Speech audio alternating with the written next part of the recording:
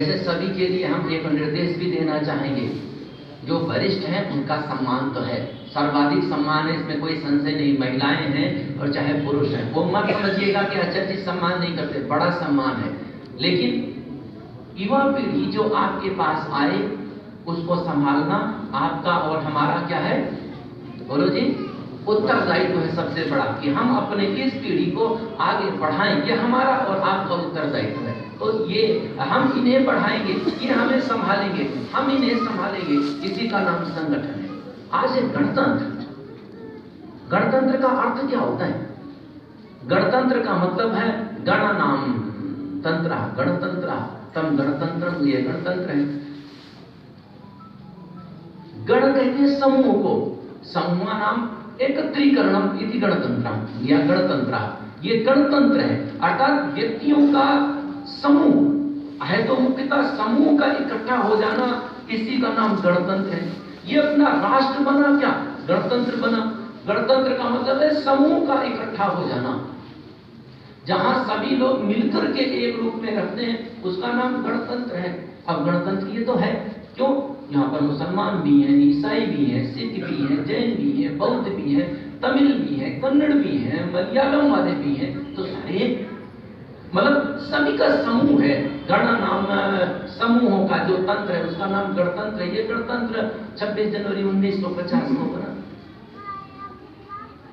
और एक बात है, गणतंत्र तक पहुंचने के लिए ये वो है, गणतंत्र तक ये गणतंत्र है, समूह हम इकट्ठे हुए, हम आजाद हैं, हम स्वाधीन हैं, हमने कानून बनाए अपने लिए। इससे पहले क्या था वो समझना जरूरी है।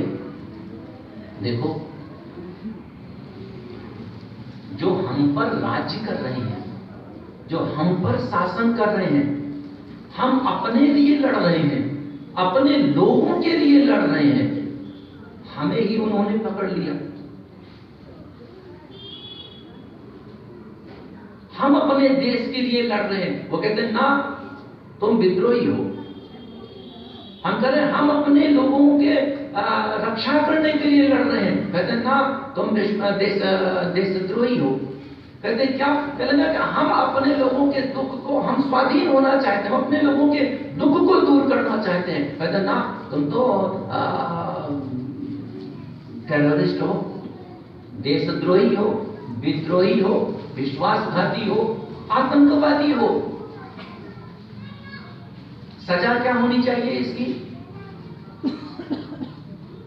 कौन तय करेगा भाई? सजा कौन तय करेगा? जिन्होंने हमें गुलाम बनाया या हम जो गुलाम बने? सजा कौन तय करेगा? सजा वही तय करेगा जिन्होंने हमें गुलाम बनाया।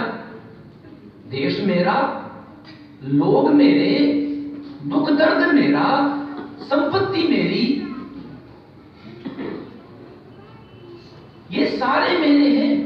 लेकिन जो लोगों ने हमें पराधीन बनाया, वो हमें ही अपने लोगों की रक्षा करने के लिए, अपनी संपत्ति को बचाने के लिए, अपने को ही स्वाधीन होने के लिए कह रहे हैं। इसकी तो आवाज उठाए वो देशद्रोही है, विद्रोही है, आतंकवादी है, राष्ट्र विरोधी है। इसको क्या दिया जाए? फांसी। भाई किसने कह दिया कि ऐसे लोगों को फांसी दिया जाए? वो तो यहाँ के कहते ना हमने जीता है, जैसा हम चाहेंगे वैसा ही होगा। पहले जमाने में क्या था ये बताओ? जो बाबर था या अकबर था या शाहजहां था, कोई संविधान बना हुआ था क्या? जो अकबर ने कह दिया वही क्या संविधान, जो बाबर ने कह दिया वही क्या संविधान, जो शेरशाह ने कह दिया वही संविधान, जो हेमू ने कह दिया वही संविधान। इससे पिछले चले जाओ, तो ये लोग अपने में तो संविधान था, चाणक्य शास्त्र एक संविधान था, इसके पहले में बृहस्पति शास्त्र एक संविधान था। यहाँ के राजा उसके अनुसार चलते थे। लेकिन ये जो आए आतताई, आतंकी शासन करने के लिए आए, ये तो जो कह दिया इनका वही संविधान, वही कानून। तो जानते हो, देश मेरा, संपत्ति मेरी, लोग मेरे, लेकिन हम कुछ नहीं। कानून किसका? मुसलमानों का। मौलवी काजी किसके? मौलवी। फांसी का फंदा किसका? मुसलमानों का। तलवार किसकी? मुसलमानों की। गर्दन किसकी? मेरी। अर्थात जो जिनका ये सब कुछ है उनका कुछ नहीं, जो लोग हम पर शासन किए हुए हैं उनका सब कुछ, कानून उनका, काजी उनके, फांसी का फंदा उनका, केवल मरना है तो हमें मरना है। ये होती है पराधीनता। देश मेरा, दुख दर्द मेरा, कष्ट मेरा। कानून किसका? अंग्रेजों का। अरे भाई कहां से बोला है? हमारा कानून नहीं है। हम अपने लिए कानून बनाए, अपने लोगों के लिए कानून, हमारे अपने लिए नहीं है। वो किसके लिए? वो अंग्रेजों के हित की रक्षा करने के लिए। कानून उनका, जज उनके, वकील उनके, फांसी का फंदा उनका, हमारी तो क्या है? गर्दन। पंडित राम प्रसाद बिस्मिल खूब आवाज, वहां लंदन तक आवाज अपनी इन लोगों ने लगाई, भगत सिंह का उसके बाद में, उसके पहले में और लोगों ने लंदन तक आवाज लगाई। फिर क्या है? कानून उनका, जज उनके, फांसी का फंदा उनका, जेल उनकी। हमें तो सजा काटनी है, हमें तो फांसी के फंदे पर लटकाया जाना है। जानते हो, यह कहलाता है पराधीनता। वास्तव में जो गणतंत्र कहलाता है कि उस समय तो ये इनका था, मुसलमान थे, मुसलमान, उसके बाद में राजा जो रहे हमें शासन वो उनका, उसके बाद में अंग्रेज आए, अंग्रेज। अर्थात पुनः समझ लो अपने युवाओं को, कानून उनका, जज उनके, फांसी का फंदा उनका, केवल हमें जो फांसी मिलती, सजा मिलती वो हमें मिलती। ये जबकि सब कुछ हमारा, देश हमारा, लोग हमारे, संसाधन हमारे, समृद्धि हमारी, सब कुछ हमारे। लेकिन एक बात है, पराधीनता इसी का नाम होता है कि हमारा कुछ नहीं बल्कि सब कुछ उनका, गर्दन हमारी, सजा हमारी। यही होता रहा, और 1-2 साल तक नहीं, 1000 साल तक यही होता रहा। इसीलिए गणतंत्र का मतलब होता है कि इसके बाद में क्या होना? कानून हमारा। इसी का नाम है गणतंत्र। कानून हमारा बना, लेकिन दुर्भाग्य यही है, हमारा बनने का तात्पर्य देश के एक कोने से दूसरे कोने तक जितने लोग रहते थे उन लोगों की मनोभावनाओं को मिला करके मिला जुला कानून बना दिया गया, जिससे ये शांति के साथ में रह सके। बस इतने का नाम है गणतंत्र, इतने का नाम है ये संविधान। मनुष्य की उन्नति किससे हो? हम अपने उद्देश्य को कैसे प्राप्त करें, ये सब कहीं उसमें नहीं। वहां तो केवल चलो जनजीवन हमने बनाए, कानून हमने आत्मार्पित कर लिए। अब ना मुसलमानों का है ना तो ईसाइयों का है, हमारा अपना है। लेकिन कानून बनता है अपने उत्थान के लिए, अपनी उन्नति के लिए। अब वो पता ही नहीं है।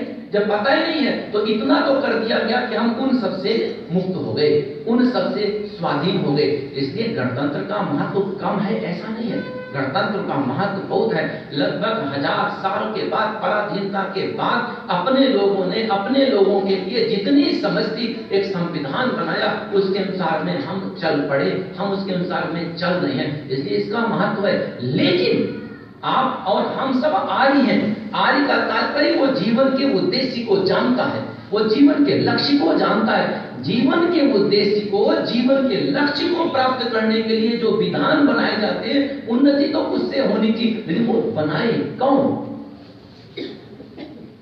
हम और आप। ये तो सौभाग्यशाली हैं कि हम ऋषि दयानंद के सिद्धांत को मानते, ऋषि दयानंद के सिद्धांत को जानते हैं। कितने लोग इस देश में, लगभग 135 करोड़ के आसपास लोग हैं।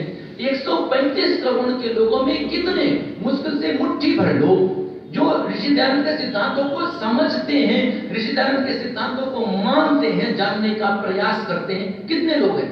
अर्थात एक देश जो 135 करोड़ लोग जहां पर रहते हैं, उनको कैसे कर पाओगे? उनका तो केवल जीवन क्या है, जिससे जीवन यापन मात्र हो सके, वह भी नहीं हो पाता। जानते हो, ऋषि दयानंद अंग्रेजों के राज्य में इस बात को समझते थे कि आखिरकार शासन किसका है? अंग्रेजों का है। कानून किसका लागू है? अंग्रेजों का लागू है। तो वो अपने हित के लिए लगाएंगे। इसलिए ऋषि दयानंद ने जब चारों तरफ में देखा तो उन्होंने कहा, करे कैसे, कैसे लोग चल पाएंगे, कैसे एक उसमें बंध पाएंगे? तो इसी को देख करके ऋषि दयानंद ने सिद्धांत बनाए। और ऋषि दयानंद के सिद्धांत नहीं कि वो तो वेदों के सिद्धांत हैं, उन्होंने एक ग्रंथ की रचना की, सत्यार्थ प्रकाश।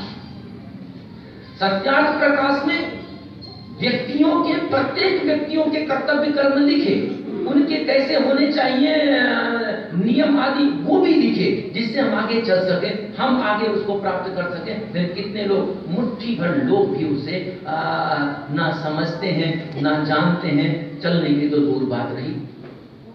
फिर हम और आप करें कैसे? ये गणतंत्र तो बन गया, राष्ट्र कैसे बने? जब राष्ट्र के लोग एक विचारधारा के नहीं है तो राष्ट्र आगे बढ़ेगा कैसे? एक तरफ में मुसलमान है, वो तो यही बात कहते हैं, मुसलमान है, मुसलमान तो कहते हैं कि हम शरीयत के अनुसार चलेंगे। वह तो आपके संविधान को भी कहते हैं कि हम शरीयत के बाद ही उस संविधान को मानेंगे। ईसाइयों का अपना ये, और ईसाइयों का तो क्या करें, अपने भी संविधान में काफी अंश तो अंग्रेजों वाले ही हैं। हमारा अपना क्या है उसमें, बहुत थोड़ा सा नाम मात्र का उसमें है। फिर हम करें क्या? सबसे पहला तो यही है कि हम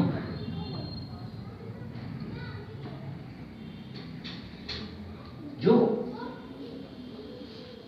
सर्वश्रेष्ठ विचारधारा है, जो आर्य विचारधारा है, उस आर्य विचारधारा को हम जाने। लेकिन अकेले अकेले जानने से नहीं हो सकता, क्योंकि 102.5 करोड़ की आबादी तो केवल हरियाणा की है, 2.5 करोड़, और 2.5 करोड़ में हम जो आर्यगण हैं बहुत थोड़े संख्या में हैं। फिर हम करें कैसे? और इसके लिए एक विकल्प तो निश्चित तौर पर आप सबके सामने है कि हम सिद्धांतों को लोगों को जनाएं, सिद्धांतों को जना करके उन्हें इस पथ पर आगे बढ़ाएं। जानते हो, एक व्यक्ति है, वह चलना चाहता है, उसे पता ही नहीं। एक व्यक्ति चलता है, उसे पता ही नहीं, जैसा पता है वो वैसा ही चलता है, वो कभी मंजिल तक नहीं पहुंचेगा। पुरुषार्थी है, उत्साह वाला है, वो चलता रहेगा, जैसा जानता है वैसा बनाएगा। इन सभी परिस्थितियों में एक ही विकल्प बचता है, वो ये कि हम अपने कर्तव्य का निर्वाह करें। अपने कर्तव्य के निर्वाह में एक ही है कि हमारा जो सबसे बड़ा एक कर्तव्य है, वो कर्तव्य कि हम लाखों और करोड़ों लोगों तक पहुंचे। हमारे पहुंचने का मतलब क्या है? हमारे पहुंचने का मतलब है कि लाखों करोड़ों लोगों तक हम उस विचारधारा को पहुंचाएं। आप कहोगे कि कैसे कर सकते हैं? मैं आपको एक दयनीय दशा सुनाता हूं। गुरु गोविंद सिंह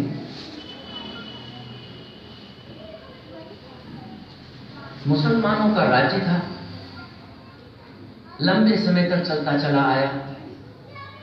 इनके जो और कई गुरु भाई थे वो मारे गए।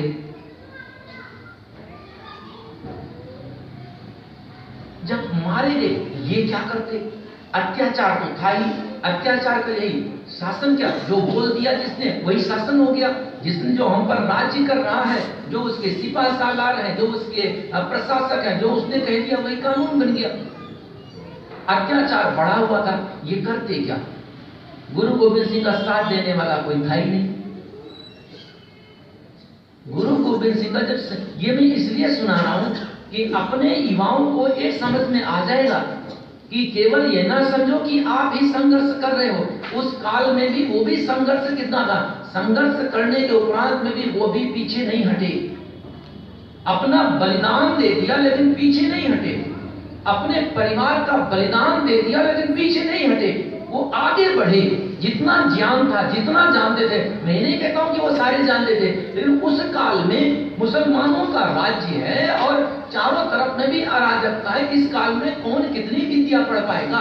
ये तो ऋषि दयानंद ने अपने समय में गुरुकुल एक खुलवाया था, और आपको आश्चर्य होगा, गुरुकुल खुलवाया भी और उसके बाद में बंद भी करवा दिया, चला ही नहीं।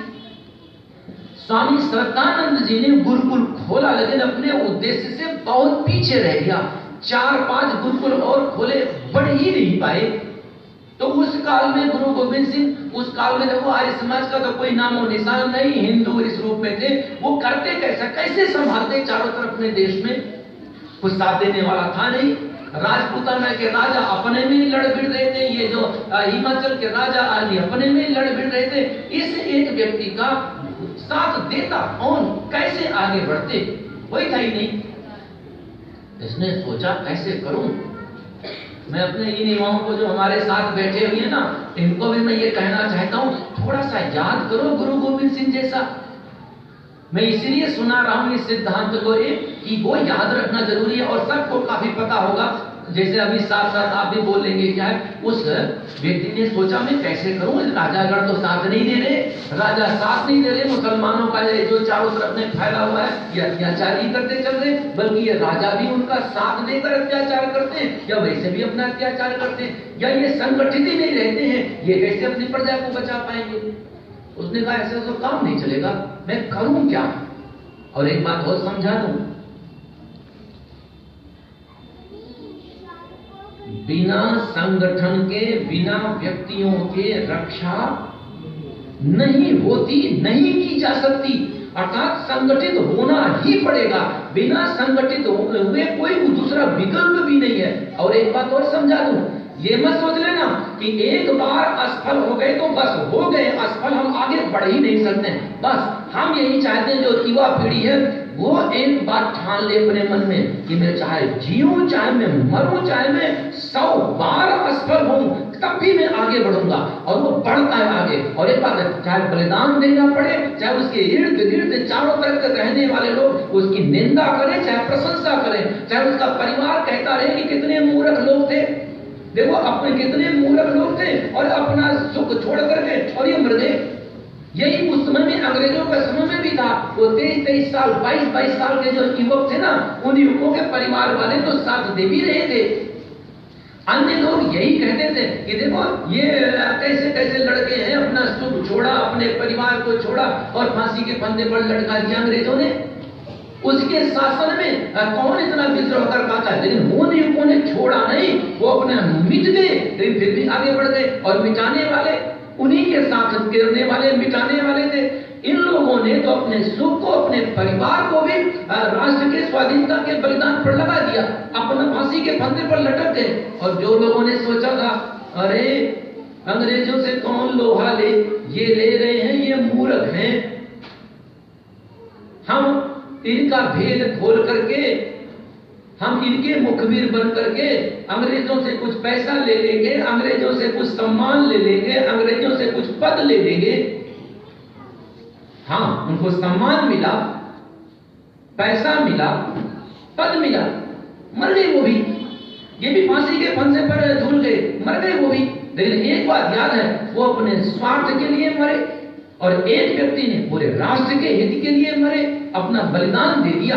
आज उन लोगों को भी हम याद करते हैं गद्दार के तौर पर, उन लोगों को भी हम याद करते हैं विश्वासघाती के तौर पर, लेकिन इन लोगों को भी याद करते हैं कि युवक होते हुए इन्होंने संघर्ष किया, संघर्ष करके भले मर गए हों, लेकिन फिर भी इन्होंने एक राष्ट्र हित के लिए, एक उदात्त हित के लिए संघर्ष किया, बलिदान हुए। उसके बाद में लाखों लोगों ने भी इन भावनाओं को समझा, राष्ट्र स्वाधीन हुआ। तो एक बात याद रहे, विश्वासघाती भी रहते हैं, राष्ट्र के लिए संघर्ष करने वाले राष्ट्रवादी भी होते हैं, लेकिन एक बात साफ है, यदि युवाओं के मन में एक धारणा बिल्कुल प्रबल रूप से आ जाती है, संघर्ष के बिना कार्य नहीं, त्याग के बिना कार्य नहीं, त्याग और संघर्ष तो करना ही पड़ता है। बिना त्याग किए, बिना संघर्ष किए संभव ही नहीं है कि हम सब आगे बढ़ सके। और एक बात याद रहे, मैं पुनः समझा दूं, त्याग और संघर्ष और बलिदान इतिहास में उठा करके देख लीजिए, सर्वाधिक किया है तो युवा पीढ़ी ने ही।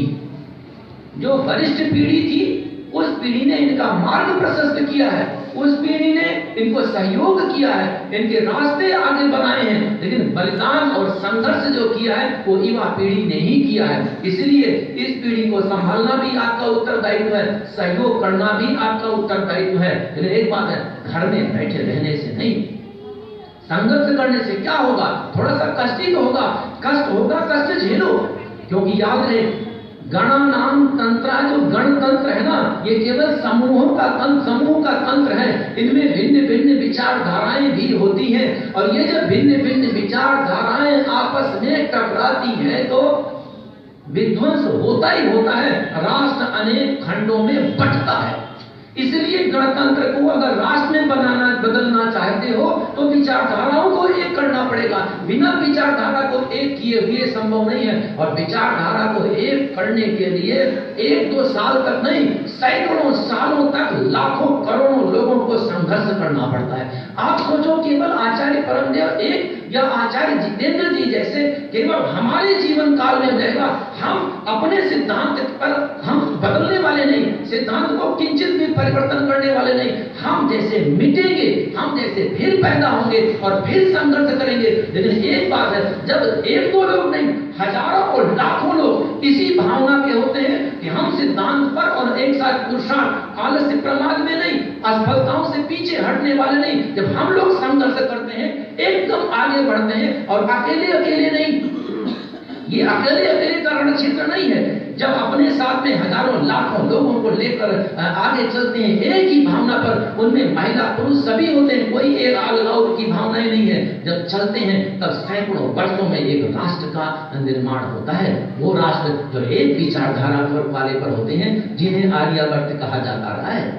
हम लोग ऐसा मत समझ लेना कि जो लोगों ने बहुत बाद में हमें ये सुना है कि हम लोग अपने अभियान के पीछे, हम लोग आज भी प्रति सप्ताह बढ़ते हैं।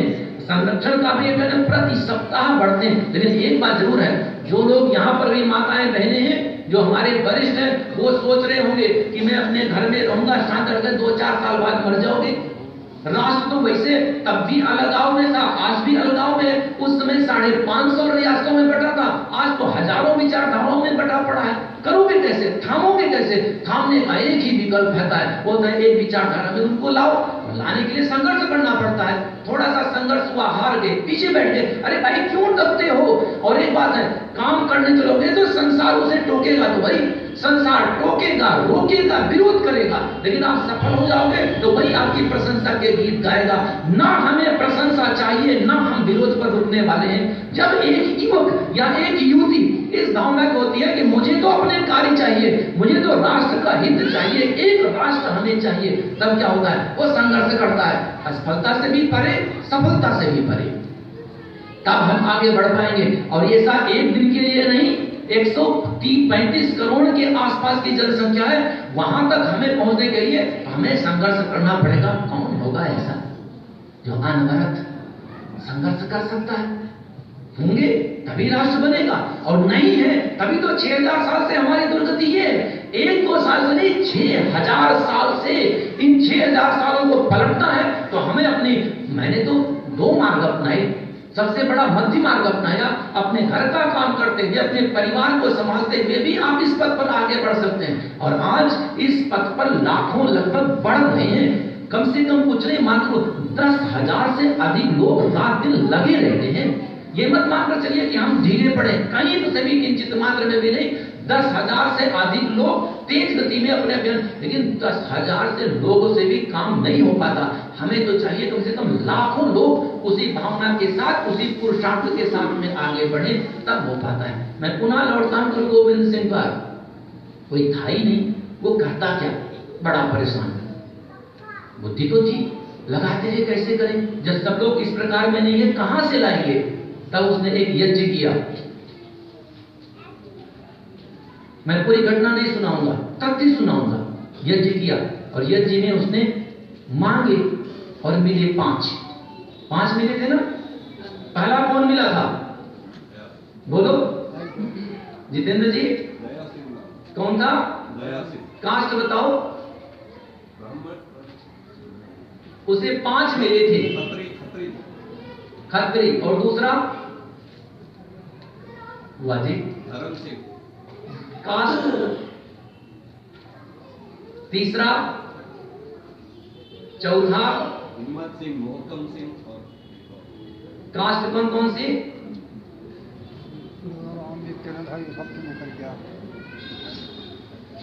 ठीक है, हम ये नहीं सुनाएंगे कास्ट कौन कौन सी है, हम इसको थोड़ा सा परिवर्तन करते हैं, जानकारी होनी चाहिए। अच्छा, मैं क्योंकि बता दूंगा तो वो भूल जाओगे और स्वयं परिश्रम करोगे तो भूलोगे नहीं। बस मैं तथ्य बता देता हूँ। जानते हो, वही उच्च वर्ण के नहीं थे, बहुत बड़े। आप ये सोचो कि ये ऐसे थे कि जो उस काल में बहुत बड़े माने जाते थे, कि बहुत बड़ी ऊंची ऊंची जातियों वाले थे। ये तो सामान्य लोग थे समाज के। कोई बहुत बड़े राजघराने के, बहुत बड़े धनाढ्य, बहुत बड़े योद्धा, ना कोई धनाढ्य था उसमें, ना कोई राजघराने का था उसमें, ना कोई बहुत बड़ा योद्धा था।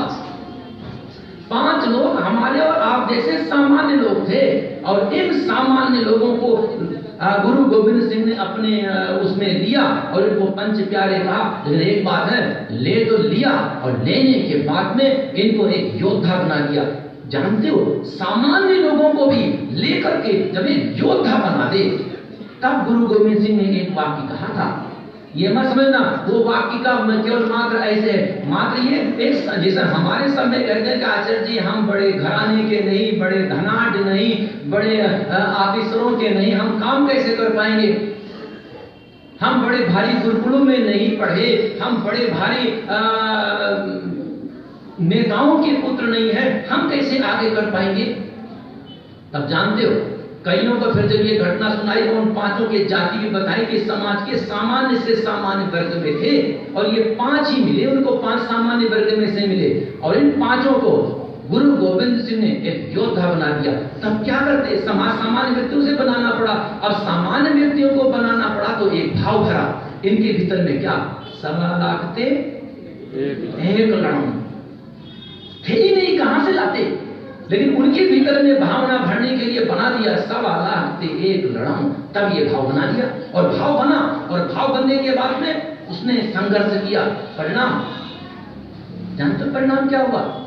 गुरु गोविंद सिंह के अपने जीवन काल में ही सारे लड़के मारे गए, और अपना भी दक्षिण भारत में नागड़ में अपना भी मुगलों से बचते भी वहां जाकर के वहां उसका भी देहांत हो गया। थोड़ी ही उम्र में, बहुत ज्यादा उम्र नहीं थी, ध्यान से समझना, थोड़ी सी उम्र में उसका देहांत हो गया। लेकिन एक बात जरूर है, उसने एक भावना तो भर दी, एक भाव तो हम लोगों के भीतर में ला दिए। ये मत चिंता करो कि मैं बहुत धनाढ्य, मैं बहुत नेता बड़े, या बहुत राजघराने, या बहुत बुद्धिमान इन घर में मैं पैदा हुआ होऊंगा तभी मैं कार्य कर पाऊंगा। बल्कि सामान्यतम व्यक्तियों में से भी हैं, उन्हीं को लेकर के, अगर हम उन्हीं को ला करके उनके भीतर में योग्यता बनाएं, और योग्यता बनाने के बाद में वे भी इस कार्य क्षेत्र में आगे बढ़ सकते हैं, वे भी राष्ट्र की सेवा कर सकते हैं, वे भी राष्ट्र की रक्षा कर सकते हैं। अर्थात यह चिंता अपने मन में ना करो कि मैं कैसे कर सकता हूं, मैं कैसे आगे बढ़ सकता हूं, बल्कि ये सोचो कि उस समय में गुरु गोविंद सिंह ने भी किया, और एक भावना भर दी 1.25 लाख थे एक लड़ाऊ। ये भावना बढ़ने आज भी है। मैं मानता हूं कि मैंने भी अपने युवाओं में, एक तो नहीं हजारों युवाओं में वो भावनाएं भरी हैं, चाहे छोटे घर के हो, चाहे बड़े घर के हो, चाहे संपन्न के हो, चाहे गरीब के हो, वो भावना भरी है कि उनके सामने टिकने वाला इतना आसानी के साथ में टिक नहीं पाता कोई व्यक्ति, ना बुद्धि में, ना बल में, ना इस प्रकार की भावना में जल्दी टिकना किसी के बस की बात नहीं है। और ये युवक और ये युवतियां रात दिन संघर्ष के पथ पर बढ़ रहे हैं। समस्या केवल यही है, गुरु गोविंद सिंह उस काल में अपने पूरे परिवार का बलिदान किया और अपना भी बलि की वेदी पर चढ़ गए। 400-500 वर्षों में आज पंजाब के इन सब क्षेत्रों में करोड़ों लोग दिखाई पड़ते हैं उनके अनुयायी, लेकिन उनके सिद्धांत लगभग वो भी राष्ट्र के हित के लिए जो था उतना ग्रहण नहीं कर पाए। लेकिन एक बात है, राष्ट्र को बनाने के लिए जरूरी है एक विचारधारा, और वो विचारधारा हमारा और आपका ये केवल कहने के लिए नहीं है, सौभाग्य है। क्या सौभाग्य है कि हम ऋषि दयानंद के सिद्धांत को मानते हैं। ऋषि दयानंद के सिद्धांत, वो ऋषि दयानंद के सिद्धांत सर्वोत्तम है। हमारे व्यक्तिगत, हमारे सामाजिक, हमारे राष्ट्रीय सभी जीवन के लिए उपयोगी हैं, इसके लिए अनुकूलताएं हैं। हम इस सिद्धांतों से राष्ट्र की रक्षा कर सकते हैं और राष्ट्र को अखंडित रख सकते हैं। अब सिद्धांत भी हो गए, यह भी निश्चय हो गया कि ये सर्वोत्तम है। लेकिन ये केवल मात्र कर लेने से कि ये सर्वोत्तम है, इससे हम रखा, हमें दवाई का पता तो चल गया, लेकिन अगर दवाई हम खाएं ना, तब हम स्वस्थ नहीं हो सकते। चलो हम तो स्वस्थ हो गए, लेकिन जो करोड़ों लोग और बीमार हैं, जो करोड़ों लोग और अज्ञानता में है उनको कैसे ठीक कर पाओगे? उनको भी दवाई देनी पड़ेगी, दवाई ही नहीं देनी पड़ेगी, देखभाल भी करनी पड़ेगी। दवाई भी दो, देखभाल भी दो, वे भी आपके साथ आप इकट्ठे रह करके कार्य कर सकते हैं, आगे बढ़ सकते हैं, राष्ट्र की रक्षा कर सकते हैं। समापन करते हुए मैं इतना ही कहना चाहूंगा, ये सिद्धांत केवल मात्र सुनने सुनाने के लिए नहीं है, ये सिद्धांत हमारे अपने जीवन के लिए है। और ये जीवन के लिए है, हमारे देश की आबादी 135 करोड़ है, 6000 वर्षों से हम अपने अधिकार से वंचित हैं। 6000 वर्षों से हमारे लोग अपने ही सिद्धांत नहीं जानते। इन 6000 वर्षों से हम आज भी गरीबी का जीवन जी रहे हैं। इन 6000 वर्षों से हम अपना उद्देश्य ही भूल बैठे हैं। इन 6000 वर्षों से हमारे भीतर में जो आलस्य आया, प्रमाद आया, विश्वासघात का आया, हमारे भीतर में केवल स्वार्थ की भावना आई, हम उसी में दबे बैठे हैं। इन 6000 सालों में कितने लोगों ने बलिदान दिए हैं, हम उसको भी भुलाए बैठे हैं। जल्दी से जल्दी ऋषि दयानंद का भी देहांत हुआ, हम इसको भी भुलाए बैठे हैं। हम यहाँ सुन लिया, अपने घर में चले गए, अपने घर में जाकर के हम अपने घर में ही रहेंगे। अब ये सारे सिद्धांत हम भूल बैठे। मैं ये नहीं कहता अपने घर को छोड़ो, लेकिन मैं ये अवश्य कहता हूं कि अपने घर में रहते हुए भी आप राष्ट्र के बारे में, अपने धर्म के बारे में जरूर सोचते रहो। केवल सोचना ही नहीं, लेकिन सोचना तो पहले नंबर पर है, सोचते भी रहो और इसके लिए पुरुषार्थ भी करो।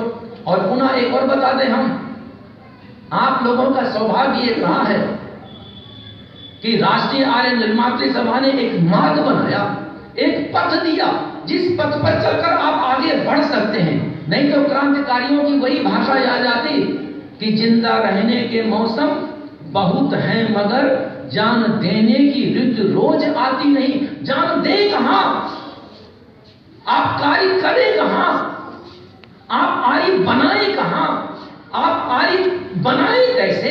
यही नहीं था। आज नहीं तो कल, आज भी महत्व है इसका और कल भी इसका महत्व रहेगा। विद्वान या आपके ही विद्वान तैयार होंगे, वे भी समझेंगे कि वे लोग कितने पुरुषार्थी थे, जिन लोगों ने उस घटाटोप की परिस्थितियों में, जब ऋषि दयानंद के देहांत हो गया, उनके भी लगभग 125 वर्षों तक चारों तरफ में अज्ञान और अविद्या की स्थिति थी। आर्य समाज भी अपने कर्तव्य के पथ से विमुख चला गया। लोग केवल मात्र नाम मात्र के आर्य समाजी रह गए, आर्य के सिद्धांत ना जानते, ना मानते, ना लोगों को जनाने का प्रयास करते। उस काल में एक ऐसा संगठन बना जिस संगठन ने अनवरत संघर्ष किए और संघर्ष करके लाखों लोगों को आर्य और आर्या बनाया। लेकिन याद रहे, ये इतिहास भूल जाओ। आप ये सोचोगे केवल मैं सुना रहा हूं कि ऐसा इतिहास है, काम बंद हो गया, इसके लिए भूल जाइए। हम लोगों ने वो अग्नि जलाई है जो अग्नि हजारों सालों तक बुझने वाली रही, ये बुझी उठेगी नहीं। 1-2 साल तक नहीं, चाहे आप साथ उसमें आहुति दो और चाहे ना दो, ये एक ऐसी अग्नि है कि जो हजारों सालों तक बुझेगी नहीं। अर्थात ये विद्या है, अर्थात ये संस्कार है, अर्थात ये वो सिद्धांत है। जब हमारे युवकों के भीतर में वो सिद्धांत आते हैं ना, युवक अपने घर से संघर्ष करता है, बाहर से संघर्ष करता है, और इन युवाओं में अधिकांश जीतते हैं, हारते कम है। लेकिन एक बात है, ये मत सोच लेना कि विश्वासघात करने वाले नहीं रहते। जब फांसी के फंदे पर लटकने वाले आपके युवक हैं, तो विश्वासघाती करने वाले उनको विश्वासघात करके फांसी के फंदे पर लटकाने वाले भी थे। उन्हीं के कारण वो फांसी के फंदे पर लटके हैं। आज आप सोच लो ऐसे लोग नहीं हैं, आज भी हैं, आगे भी रहेंगे। जब तक वे आर्य नहीं बनते तब तक तो रहेंगे। कुछ लोग दिखावे के भी आर्य बन जाते हैं, लेकिन रहते हुए विश्वासघाती के विश्वासघाती हैं। इनके कारण वे युवक फांसी के फंदे पर चढ़ने के लिए मजबूर हो जाते हैं। जिन युवकों के मन में अहर्निश आर्य ही आर्य रहता है। इसलिए मैं यही कहना चाहूंगा, अपने भीतर सत्य आर्य सिद्धांतों को धारण रखो और अपने केवल घर घरों से संतुष्ट मत रह जाओ।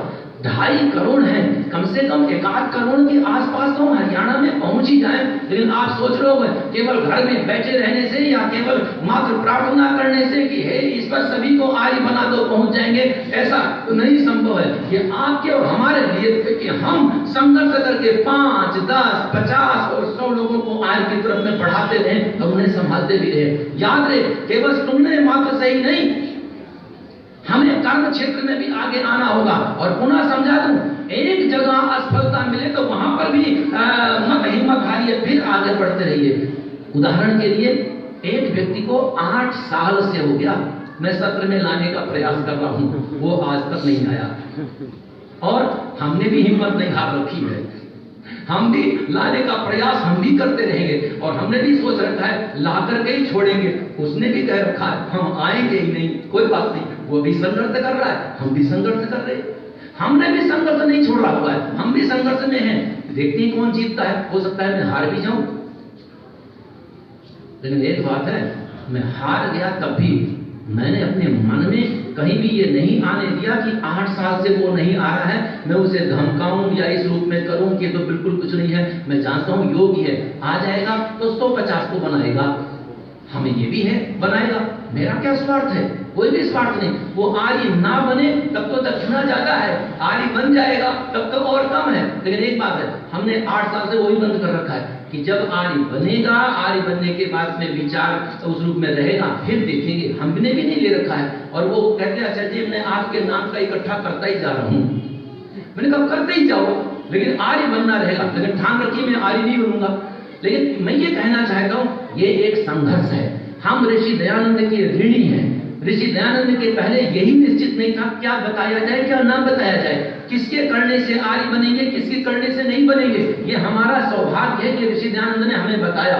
फिर हमारा सौभाग्य है कि राष्ट्रीय निर्मात्री सभा, ये मत सोच लीजिए कि मैंने बनाया है, ये व्यक्तियों का संगठन है जिसने बनाया है। राष्ट्रीय आर्य निर्मात्री सभा संगठन बना जिसने ये बताया कि आर्य बनाए कैसे जाएं, आर्य संभाले कैसे जाएं, वहां आर्य लाओ, आर्य का निर्माण कैसे हो, और उसमें उसकी सफलता रही, वो भी एक सौभाग्य है। तो हमारे पास में ऋषि दयानंद का भी सौभाग्य है, हमारे पास में राष्ट्रीय निर्मात्री सभा का भी पुरुषार्थ है। ऋषि दयानंद तो नहीं रहे, लेकिन राष्ट्रीय निर्मात्री सभा के अनेकों आचार्य हमारे मध्य में हैं।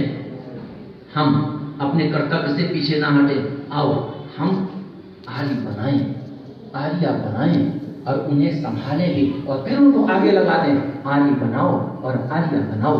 क्योंकि ये याद रहे, गणतंत्र है, आज हमारा संविधान है, लेकिन भिन्न भिन्न विचारधाराएं हमें बांटती हैं, भिन्न भिन्न विचारधाराएं हमें तोड़ती हैं, भिन्न भिन्न विचारधाराओं से कोई भी राष्ट्र एक नहीं रह सकता है। ये याद रहे, ये ऋषियों का वाक्य है, ये ऋषियों का सिद्धांत है, ये टूट नहीं सकता। फिर हमारा कर्तव्य क्या है? हमारा कर्तव्य है देश को स्वाधीन कराने के लिए लोगों ने अपनी आहुतियां दी, राष्ट्र को अखंडित रखने के लिए क्या हम अपना स्वार्थ नहीं त्याग सकते? क्या हम संघर्ष नहीं कर सकते? क्या हम पुनः बलिदान की अग्नि नहीं जला सकते? और उसका एक ही है, उस काल में तो आसान था आंदोलन करना, धरना प्रदर्शन करना, जेल जाना, फांसी पर चढ़ना, लेकिन आज के समय का जो कार्य, वो कार्य करोड़ों लोगों को आर्य सिद्धांत बनाना, बताना और उन्हें आर्य बनाना और आर्य को स्थिर रखना, ये हमारा कार्य है। ये उससे कठिन है, लेकिन एक बात है, उसमें संसाधन कम थे, आज संसाधन हमारे पास में है। इसलिए मैं केवल एक ही संदेश देना चाहूंगा, आओ स्वार्थ को त्यागें, आओ असफलता मिलने पर हिम्मत न छोड़ें, आओ हर संघर्ष करने को तैयार रहें, आओ स्वयं पुरुषार्थ करें, आओ जो पुरुषार्थ कर रहे हैं उनका हर प्रकार का सहयोग करें, और मिलजुल करके हम रहें या ना रहें, हम हमेशा रहेंगे नहीं, आप भी हमेशा रहोगे नहीं, हम जिए चाहे मरे, जब तक जिएंगे तब तक संघर्ष करेंगे, और आगे वाली पीढ़ी को भी हम कह जाएंगे कि इस कार्य को छोड़ना नहीं है। 6000 वर्षों से जो हम अपने अधिकार से वंचित हैं, हमें उसके लिए संघर्ष करना पड़ेगा। इसीलिए आर्य निर्माण के उस अभियान को मैंने सत्र कहा था। सत्र केवल हमारे जीवन में नहीं होता, ये सत्र ऐसा है कि हम रहें ना रहें फिर भी ये अनवरत गति से जो चलता है उसे ही सत्र कहते हैं। यही आर्य निर्माण की एक प्रक्रिया है। माताओं, बहनों, युवाओं, वरिष्ठों, हम अपने कमियों को